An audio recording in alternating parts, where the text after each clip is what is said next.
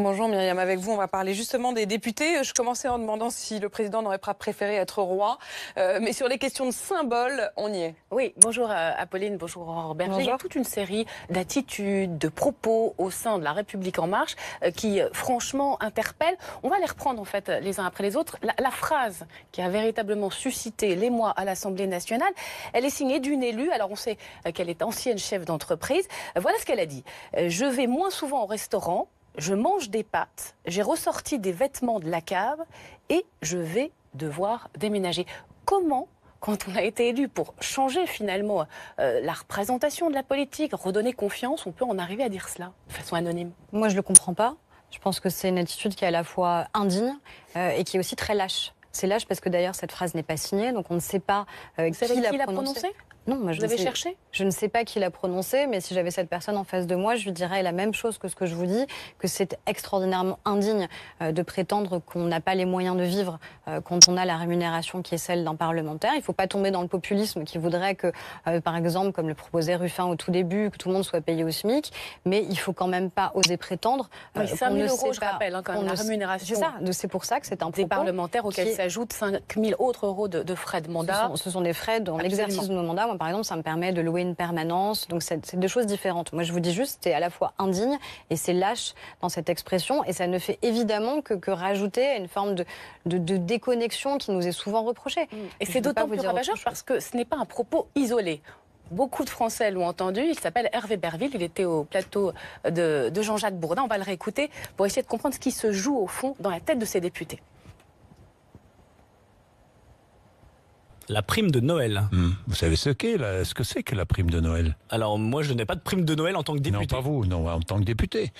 Mais oui, mais les Français, eux, non? La prime de Noël, vous ne connaissez pas ça? Peut-être que vous me donnez des informations, mais je n'ai pas du tout de prime de Noël. Alors là, vous ne savez pas? Bon. Beaucoup de Français ont été choqués par cette phrase, vous aussi, on imagine. L'opposition s'en est emparée. On écoute François Ruffin et vous réagissez. Je voudrais que ceux qui prennent les décisions aient à les vivre, moi. C'est-à-dire que là... Vivre avec le SMIC. Oui, je pense que ceux qui prennent des décisions de désindexation du SMIC sur l'inflation, ils aient à vivre avec le SMIC. Je pense qu'il faudrait qu'ils voient comment on vit avec ça. Voilà, tout ça est intervenu dans un contexte où un rapport envisageait, en plus de ne plus indexer le SMIC sur l'inflation, ce n'est pas le cas finalement, il a été revalorisé, mais tout de même, il n'a pas un peu raison quand il dit ça, François Ruffin. Mais à un moment, justement, vivez c'est ce que je vous dans disais. Le monde réel. Mais c'est ce que je vous disais, c'est-à-dire à un moment, on va pas tomber dans le populisme qui est celui de François Ruffin. Il est adorable, François Ruffin. Il nous disait par exemple qu'il fallait que tous les députés soient au SMIC.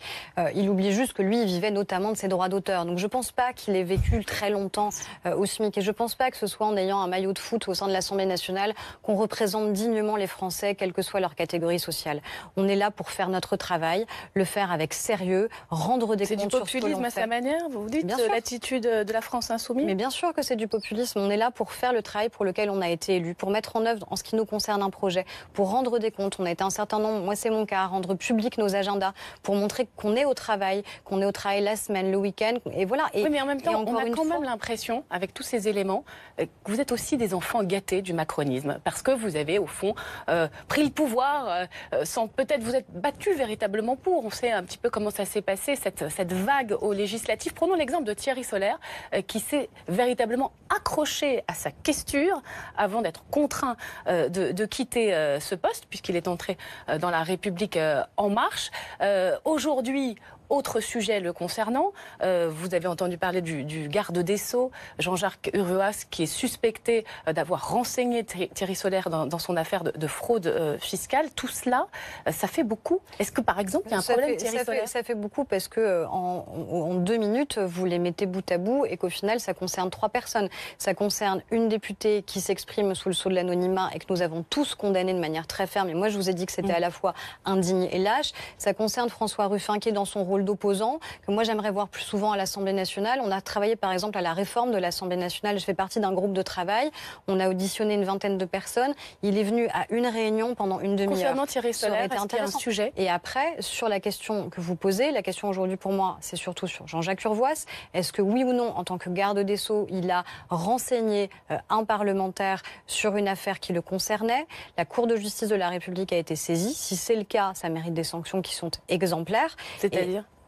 C'est à la Cour de justice de la République de le définir. Mais si un garde des Sceaux a vraiment utilisé les prérogatives qui sont les siennes pour renseigner un parlementaire en exercice sur une affaire qui pourrait être la sienne, oui, c'est extrêmement grave. Et Thierry Solère lui-même, si l'affaire était confirmée, moi, je ne sais pas si l'affaire est confirmée aujourd'hui. Je sais, il n'y a même pas d'instruction ouverte en l'occurrence. Il aura encore sa place au sein de la majorité. Il n'y a pas encore d'instruction ouverte sur le sujet. Christophe Castaner, qui est le patron de La République En Marche, l'a dit de manière très claire. Si jamais, en effet, les faits qui lui sont reprochés étaient avérés, à savoir qu'il aurait sollicité des informations, on ne sait pas aujourd'hui si c'est le cas, alors la commission d'éthique de La République En Marche se réunirait parce que tout simplement, on a des procédures, des démarches internes qui doivent exister et des mesures seraient prises. Toujours sur ces questions d'éthique et de réforme de l'Assemblée nationale, c'est vrai, vous l'avez mentionné, il y a toute une série de mesures qui ont été prises, et notamment les notes de frais. Il va falloir que vous vous y mettiez, si j'ose dire.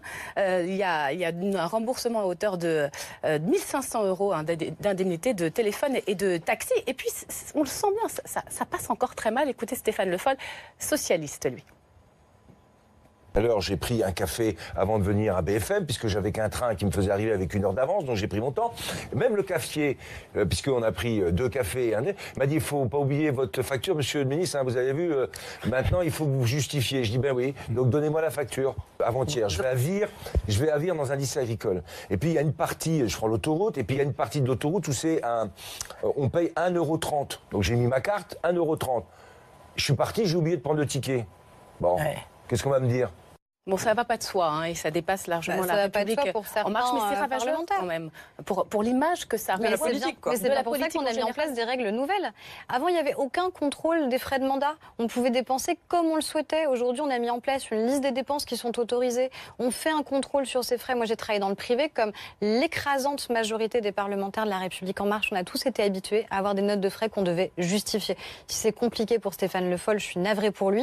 Peut-être que c'était plus simple quand il était ministre. Aujourd'hui, il n'est plus qu'entre guillemets parlementaire, il va devoir s'accommoder de ces nouvelles règles. Alors en parallèle de ces questions de déconnexion, il y a une autre question qui surgit à l'Assemblée nationale, c'est que vous avez le blues, apparemment, à lire plusieurs de mes confrères. Pas vous êtes porte-parole et vous défendez les réformes dans les médias, mais apparemment, il y a un petit tiers de députés La République En Marche qui ne trouvent pas leur place, qui se sentent passifs, qui ne comprennent pas pourquoi il faut siéger pas forcément utile. Pas utile, exactement. Mais je pense que ça, c'est une question qui est légitime à se poser. C'est-à-dire que quand vous avez, avant, eu des activités dans le privé, dans le secteur associatif, etc., vous vous sentez utile immédiatement dans l'activité professionnelle qui est la vôtre. Moi, c'était mon cas. À un moment, je savais comment j'étais évaluée, si j'étais efficace ou non dans le travail qui était le mien. Là, la question, par exemple, de l'évaluation du travail parlementaire, c'est beaucoup plus complexe. Comment on juge qu'on est un bon parlementaire?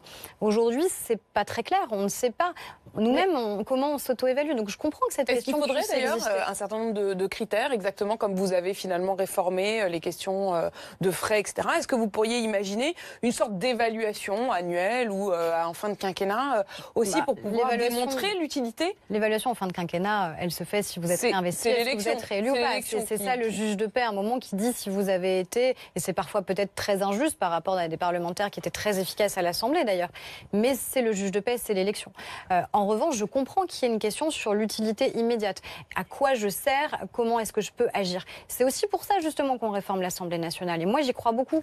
C'est-à-dire que quand on fait une Assemblée qui est enfin l'Assemblée du non-cumul, où on est là pour être à 100% sur son mandat parlementaire, il faut aussi que l'Assemblée, elle renforce ses moyens, elle renforce ses prérogatives. Et nous, c'est ce qu'on a proposé. C'est-à-dire qu'à un moment, on ne soit pas dans la main de l'exécutif, que l'Assemblée ait ses propres outils pour évaluer un moment les projets de loi. Vous confirmez qu'il y en a certains qui veulent lâcher leur mandat avant la fin? Absolument pas. Enfin, moi, je vois un groupe parlementaire qui est soudé, qui travaille, qui a passé des textes qui sont essentiels pour la vie démocratique, pour le dialogue social, pour la question sécurité, et qui va continuer à travailler. Sans forcément aller jusqu'à envisager de partir, il y en a quand même qui ont le blues.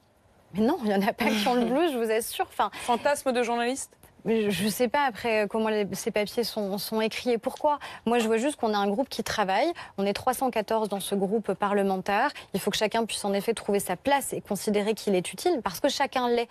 Et je pense que c'est important aussi qu'on montre la diversité de ce groupe. Moi, je crois que si j'ai été élue, c'est aussi parce qu'il y avait des candidats qui montraient qu'on était complémentaires les uns des autres, qu'on était justement ancrés dans la vie réelle, qu'on venait de cette société civile dont M. Ruffin parle beaucoup et qui connaît à mon avis si mal. Et donc, je pense que ça, c'est important qu'on qu'on arrive à démontrer encore cette complémentarité. Et dans un instant, on accueille Emmanuel Le Chypre. On va reparler notamment de ce fameux SMIC qui a été effectivement revalorisé cette semaine, mais également de la réforme de l'assurance chômage. À tout de suite.